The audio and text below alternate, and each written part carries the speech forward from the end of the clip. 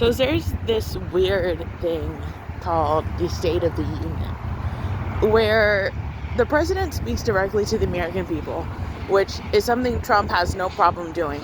If Trump was such a liar, don't you think that he wouldn't show up? Don't you think it would have taken him 2 weeks to come up with something to say when he's out there on that podium? Okay, so that's my first problem with this whole situation that we got going on with the criticism from the left, the nonstop criticism no matter what Trump does, no matter what policies. It's not about policies, it's just about the typical pettiness that we see from left-wing politics, which is disgusting and needs to be rooted out. So President Trump, because no matter who's president, when they have the commander-in-chief title, commander-in-chief, we need to respect that shit.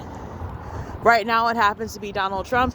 Back then it was Joe Biden. And you didn't see me say anything about Joe Biden. I said that I'm praying for the guy. And he is in a state of needing absolute prayer, as we are. We're all Christians. We all are saved. We all have the same Savior, Jesus Christ. And that Savior, Jesus Christ, we need to be prayer warriors for. That is my absolute belief. That is my unwavering belief that America is a Christian nation. And now English is the language. But I wasn't waiting on English to be the official language, okay, for me to consider English the official language. Now, let's get a few things straight about Trump's State of the Union address. This is a little introduction to me. I rambled on for about 2 minutes and I didn't introduce who I am. So my name's Katharina. I'm a podcast host. This is a Ford podcast. And I was inspired by Trump's State of the Union address last night. Why wouldn't I be? The whole nation was inspired. We all watched this collectively. And we all voted for the same orange madman to be at the Oval Office. I didn't vote in this particular election, but I did support the president. Now, let me tell you why I didn't vote. 1, because I'm not of age to vote yet. And 2, because I wasn't fully on board with Trump until last night. Last night was a moment where I was like, you know what, I can say that I support Trump. Before I was like, thinking about it. I was thinking about supporting Trump longer than most people decide. Most people at the point that I was thinking about it, which is 4 years, either are fully on board with Trump or just can't stand the guy. And most people that I know that now hate Trump never really looked into anything. You ask them about what they know about Trump and it's just like, he hates Mexicans. Okay, he doesn't hate Mexicans. He hates people that come over here and take advantage of the American political system. And when one person takes advantage of the American political system, another person who should rightfully be getting access to it is denied access to it, which I think I should have a problem with it. Trump has a problem with it. And he's genuinely expressed that that's what he is going to be doing on day one as a number one priority. So why should anybody have a problem with it?